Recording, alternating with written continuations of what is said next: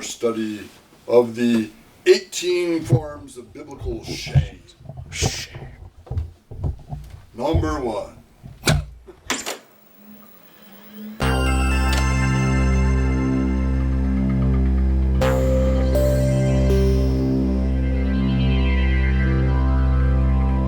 Hey everybody, Matt here. Quick note, when we were recording this episode, our camera kept dying, so we ended up talking about a few things, but we weren't able to get into the biblical topics we were hoping to. But, if you're cool with hearing the people in the room talk about dreams, donuts, and workplace accidents, listen on. I was just gonna have the same intro and outro I always have. Yeah, So I like it. I kind of know it by now. You like my intro and outro? Yeah. Thanks, man. I appreciate it. It's one of the intros and outros of all time. Trent Just is one of- not Yeah, as it's one of reassuring them. as me. Am I wrong? Trent is not as reassuring Exactly. as me as Ben. I'm right, as per usual. On technicality. I mean, Yeah. Hey, technically right's the best kind. is that so? Mm-hmm. Technically, it could not be though. But technically it is. So, I mean, it is technically by definition. Hey everybody, I'm Matt, and welcome back to another episode of People in the Room. Today we're still going to be discussing purpose, which is the thing we've been on for like 2 episodes I think by now, so already our longest running series. I already forgot my intro. here we are. People in the Room, a podcast dedicated to discussing Christianity in a casual and approachable way. Now, before we get started today, we'll go around and introduce ourselves, and then we have just some questions or whatever to get conversation started. Start with me, I guess, over here. I'm Pastor Paul. I'm digital outreach pastor of Scott Lake Baptist Church. I'm the senior pastor of Scott Lake Baptist Church, Jon Knapp. I'm Matt, IT major at Oakland University. My name is Ben. I'm majoring in computer science at Oakland University. He's back. He's back. Finally. And I'm Trent. I am an IT support specialist at AI Connected Solutions. Man, bro's even got like the inflections and stuff down now. He's got his whole like he's got his whole like I have a job now and like you have to. I have a life now, and you will respect it. Okay, so real quick, this icebreaker doesn't really have anything to do with this, but I'm just curious. What is a weird dream you've had recently, and explain it? Because we've talked like a bit about dreams recently. That is interesting. I haven't dreamed in a long time, but I had a dream last night about an old coworker I used to work with, and I don't know, it was just very weird. Like we were jumping on a trampoline. You know how dreams go. You're just like vibing with the dude in space Yeah. with coffee or something. Yeah. That is really interesting that you bring that up, though, because I haven't dreamed in a long time, and I dreamed about him. And then I think he used to work at 2 separate jobs, and he used to work at Dunkin' Donuts. And then my sister this morning asked me to get Dunkin' Donuts. I was like, maybe I'm just trying to connect the dots, but like, maybe it's just a coincidence. I don't know. That's He knows how too connected much. you and your coworker were meant to be, man. I don't know. Like, Friends, of course. yeah. Naturally. I do like to analyze my dreams, or like dreams are very curious, you know. Maybe But- it was just saying that it's time for donuts. I mean, you haven't had one in a while, maybe? I mean, that is a good It point. He makes a good point. we are looking for sponsors, so if a donut company is That's wanting to true. come out, If Dunkin' Donuts would tell like to us. give us money, we'd be more than happy to say See, your products are great. As the podcast even is, any other one, maybe too, as long as it's good. as the podcast is going on, I've noticed more and more defined roles being in here. Trent's the legal guy. Paul's the guy that's desperate to get sponsors on here. He's going to be like the accountant guy for it and stuff. I don't think you have like any role yet. He's Just hang the, out. I don't know, I think he's the, You could call him the chin scratcher, I guess. he does do that. He's the He does guy do that. he's the guy that gets the most thought-provoking stuff going most of the time. Yeah, I was And I swear I've seen him scratch his chin like once or twice. Yeah. I The could thought was indeed provoked. Oh, wait, yeah, so on the topic of you saying you analyze dreams, I have a dream that I want you to analyze for me, okay? Oh, okay. I had a really bad nightmare a few days ago that collared tank tops became a fashion statement. And it was the ugliest looking thing I had ever seen. And my own dad was wearing one. And it scared the life out of me because he's like a super conservative dresser and stuff. And I just remember, like, again, because like when you're in the dream, you think it's real. I just walk downstairs and just see my dad in a tank top with a collar on it that goes all the way down to here. Like, I see his whole chest. I'm like, I don't need that day. He's like, hi, Matt. Did wanna it go out have today like or the something? collar fold and everything? Yeah, no, it was a collar, except with the length of the tank top. Like it was like a 4-foot long collar, and everyone was wearing it, dude. And it was nasty. I hated it. I The wanted West out. has fallen. The West has fallen. The West has wanted fallen. out, dude. Did you tell him about it? I did, yeah. And I he- literally told him about it like an hour or two ago before I came here, and he was just losing it the entire time. You had a nightmare specifically, not a dream, a nightmare I hated about it. this fashion statement. I hated it. Like your emotions, you were like scared of it. Like what were you feeling? Okay, no, I Because wasn't. when you actually- say a nightmare, it's Okay, like okay. you're like afraid. What I say that as a form of satire. I was more like annoyed at the time, I remember, and just like, I don't want to be here with all of these morons that think a collared tank top is a good idea.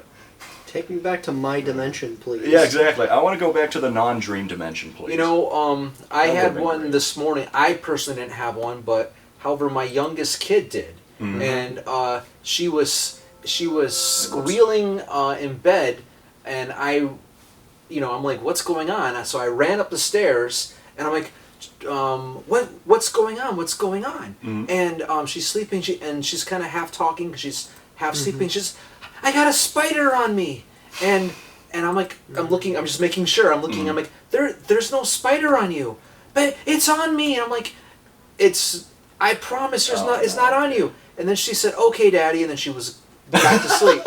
Oh, And, it's not actually there. Oh, okay. Okay, but my daughter is afraid of spiders and ants.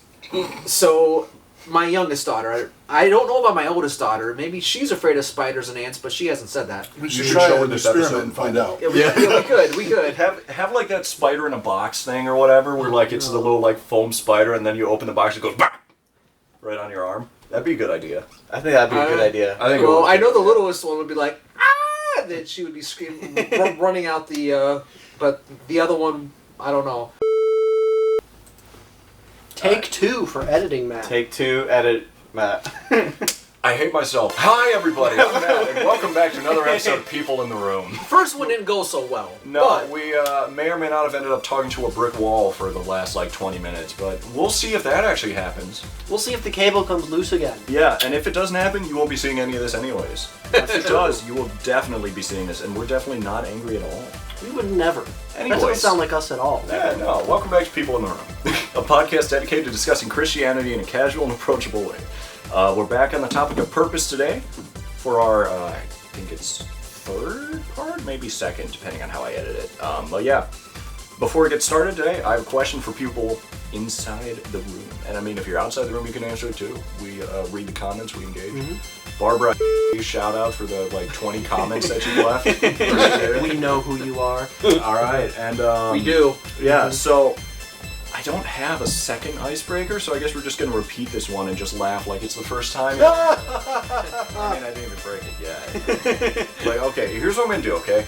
I'm gonna ask this one, and I'm gonna look up another one while we're doing this. Okay, real quick then, we'll recap here what we discussed for the last like 15 minutes. What is the weirdest dream you or somebody you know has had Recently. Yeah. Recently, thank you. The word recently took me out. Okay, well, I mean, but whatever. Well, so we're starting back to where we started, even though you didn't get to watch it the first time. Yes, So, I did mention that I recently had a dream about an old coworker, and I know that he used to work at another job at Dunkin' Donuts. And I talked to my sister earlier today, and she asked me to get Dunkin' Donuts, and I was kind of like, was I connecting the dots? Was it? I don't really know. But So there are these 7 fat ears of corn, and there are 7 shriveled ones that ate the 7 fat ears of corn. We're trying to figure out what it means. Or I it could feel mean like that it he has just a wanted a meaning to donut. And I said previously that if you got donuts out there, we are looking for a sponsor. And then Matt said something of magnitude of who is the people in the room All right, who I talk think we can about all this. just leave for right now and let Paul just take care of it. He's got the recap on point. Because he was talking about over there's I'm gonna let him speak for himself now. So either he wants donuts, or we're about to have 7 years of famine. Well, nicely so- done, man. Or 7 years of 7 years of plenty, then 7 years of famine. I think Or every start time building you the get a storehouses, donut- and then we can jack the prices up once the famine No, starts. I think every time you get a donut, you should take a third of it and then put it in the freezer. Yes. So and then when you the have famine full comes, donut. Yeah, We can sell- eventually you're gonna need those thirds of donuts that Yeah. you've frozen. I mean, that's true. and then That's we like sell them for hundreds on the dollar. That's like that. I mean, people will be flocking to us because we got the donuts. It reminds me of like the what was it called, like the Big Mac theory or something like that, where like if every time you buy a Big Mac and you would just take a piece off of it every time, like you say you just ate it without the top bun once, and then next time you didn't have pickles, next time you didn't have lettuce on the side, and then you just threw it in the freezer, you could just make another Big Mac with minimal like loss on all the other ones, and you just get another Big Mac for the same price. I think the special sauce might make that a little bit dicey. That's Or a you lot just of do work, the sauce too. last. So you just, what you we just do the sauce is last. we So- raid is a lot of McDonald's work. headquarters. We get the recipe for the sauce and then sell it to the highest bidder. Trent, it's not that hard, man. You can It's just like look Thousand it up. Island dressing. Yeah, There goes my thunder. you could look it up if you wanted to, but I guarantee you they got it out here somewhere, dude. Oh my word. What was It's gonna have a the, cool outing. We're all gonna be friends and bond, but None know. of you younger folks will remember this, but when the Big Mac came out, they had this sales promotion thing where you would recite the ingredients of a Big Mac, and if you could do it on the radio in under like 3 seconds, they'd give you a Big Mac. really? So it's like 2 all beef patties, special sauce, lettuce, cheese, pickles, onions on a sesame seed bun. Is that 3 seconds? I get my Big Mac. Seriously? That's Yeah, kind of awesome, they did that. actually. That reminds me of some of They those would lose so restaurants much that money have like nowadays. those obscenely large burgers, and they'll like pay for you eating it if you eat it in a certain amount of time or something. Like that reminds me. is it I the Heart always- Attack Cafe? That was one of them, yes, where they like weigh you, and if you weigh Yeah. over like 400 pounds, you eat free there, and it's like tens of thousands of calories, like in meals. Like and a stuff burger like that's that. like that big. They have like shakes made out of like pure lard and stuff. Like it's some gross stuff. But what I was talking about was like I think it was like an Outback Steakhouse or something like that. They had like their they had like a triple burger with 9 patties, and if you ate it within like 5 minutes or something like that, you'd get it free. And there are people that have actually done that. And like just Incredible. eating a 9 patty freaking stacked That's not incredible. burger. That's a problem. I agree. Seek help. No, that's not a problem. That's America, Trent. That's America. Seek help. Trent doesn't want to be in this country anymore. Seek help. Oh, man. Okay. I also shared a dream about mine that was a terrible nightmare where I lived in a world where people thought that wearing collared tank tops was a fashion statement. And I'm not talking about, I looked it up on Google and apparently it's something completely different than I was dreaming about. But I was dreaming about, like, you know, the tank tops where straps come down and it's kind of like this. Like you have this much of your like chest exposed, except there's just collar lining the entire thing. And it's like 4 feet of collar. Did it have like buttons all the way up? No, Or is it didn't have buttons on it. It was just a collar. Ah! Like It's like a 4 V-neck, feet but long. worse. Yeah, a V-neck, except it sags so much. It's like 5 sizes too big for you or something. They call it the triple V. The triple V. Oh my gosh, man. Okay. Dreams are so crazy. Like it's so interesting how dreams go. So interesting seeing the deepest hole your brain can drag you into while it's processing things. Literally or metaphorically. It could be either one. You could be literally... Dude, I don't know what it is, but like half the dreams I've had my entire life have been the ones where I'm falling and I wake up and I swear I must cause like a seismic shock with how much I like flinch as soon as I wake up or something like that. Like I have those dreams where I'm falling and all of a sudden like I wake up in bed and just the fact that I feel something other than like air or something just makes me jolt up so fast and stuff like that. I don't know. So you're skydiving in your dreams? Not in a good way. Really? You're skydiving That's in the fun. fun way where they fill your shoes with After I cement go- and shove you. After I go on a long road trip like I did last week, I went to Iowa to take care of my mom. I'm driving the whole time, and when I get there and I go to bed, I'm still driving. And I'm kind of seeing the things happening, and the car pulls right out in front of me, and my foot will jump to the brake. Yeah, Oh, I've wow. had some of that weird stuff too. Yeah, where it's like I think I'm driving. Yeah, it's like those weird mundane dreams that really mess with you because you're like, wait, am I actually here or not? Because like when you're awake but super tired, it kind of feels the same, and the stuff kind of overlaps after a little bit. Again, like reality is a weird thing, man. Yeah. Okay, here's another one then that we can do because we really got our time cut short in the last one. What's the worst thing that's ever happened to you on a job? Well, you know, it could be interesting. Like, what's like one of the worst experiences you've had on a job? I've got one. Okay. So back when I worked at Menards, I was a Wait. courtesy Pause. Yes, You I worked at worked Menards? Yes. I worked at Menards. Which Menards? The one on Chesterfield. I worked in Warren. But we both worked at Menards. Yeah. What are the... Menards is goated. Dude, that was the guy I was talking about who I used to work with, and he also worked at Dunkin'. Congrats, Trent's your old coworker, man. Sorry, continue. Sorry, I was just baffled. What is it? Hug it out Were right now, coworkers once removed? Yeah. Actually, you were the coworker in my job. His brother from another mother, dude. He's finding out, chat. So, anyways, I was working courtesy patrol, so I was helping this old lady load tiles, right? And Okay. she pulled into the loading zone, right? Yeah. And I was taking the cart, and I went to go jump the curb because that's what you do. And the cart kind of jumped because it had tiles in it, and it like touched her bumper a little bit. And she was like freaking out at me because she thought I scratched my car.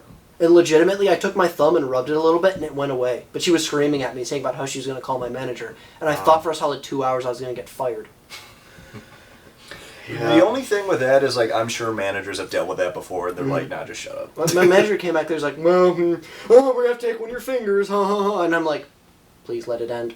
Yeah, the customers on Menards can be very interesting. Yeah, I gotta say. That's just Either they are the nicest people ever, or it's like two 20-year-old guys who are like, oh, we bought all this wood, but you're going to load it for us. Yeah, you get a mix of a lot of people, I feel like. Yes. Because there are people of different classes, I think, go to Menards, but it's just interesting getting a view of Yes. all the people there. All the people I know at that Menards have already left, so shrug. As soon as Trent left, they're like, nah, there's no point in working here anymore. Let's get it. Trent started a mass Legitimately, me leaving for college from working there on Christmas has gotten people to quit. Because they're like, Now we have to Trent do here the was work. so great, and then just without him, I'm done. Hey, dude, I mean, that's how you know Legitimately, you're doing that a good happened job, before. man. Mm-hmm. So when I was in seminary, I worked loaded trucks for UPS, and it's a real time crunch. You get up at 2:45. You got to get there. You got to get the trucks loaded so they're out on the road, and boxes coming down the conveyor belt, and you got to know where on the truck to put it. And I finally got good at my job, and I was doing quick, and I was getting my driver out on time. And then the truck broke down one day, and I had to load a smaller truck, and I'm just doing my thing. It's loading the same way. But I'm getting behind, and I had to speed up, and the door was lower. Oh. And I smacked my forehead coming out to grab the next box. Oh. Everything went white. Oh. You think of a blackout. This is a whiteout. Everything was just like white, and I was just My stunned. brain hit the hard reset. Got Factory stun locked factory IRL. reset. Yeah, the factory reset. Oh my gosh. You were not going to say what happened after? I lost doesn't some know. brain, I lost some brain You know, cells. that's No, I, lots of reasons. I can't tell you what happened probably for the next few minutes. I finished loading the truck eventually, but Man, respect. Mm-hmm. Respect. If that was anybody else, I'm sure they would have tried to find a way to get to go home after that. yeah, I had to go from there to teach a class at the seminary. Ah. So I didn't have the option. Did you have Did get a speeding ticket though. That I had to get there in time. knocked Same out day? knocked out the law-abiding part of your brain for a little bit there? Sounds like a bad day. Yeah.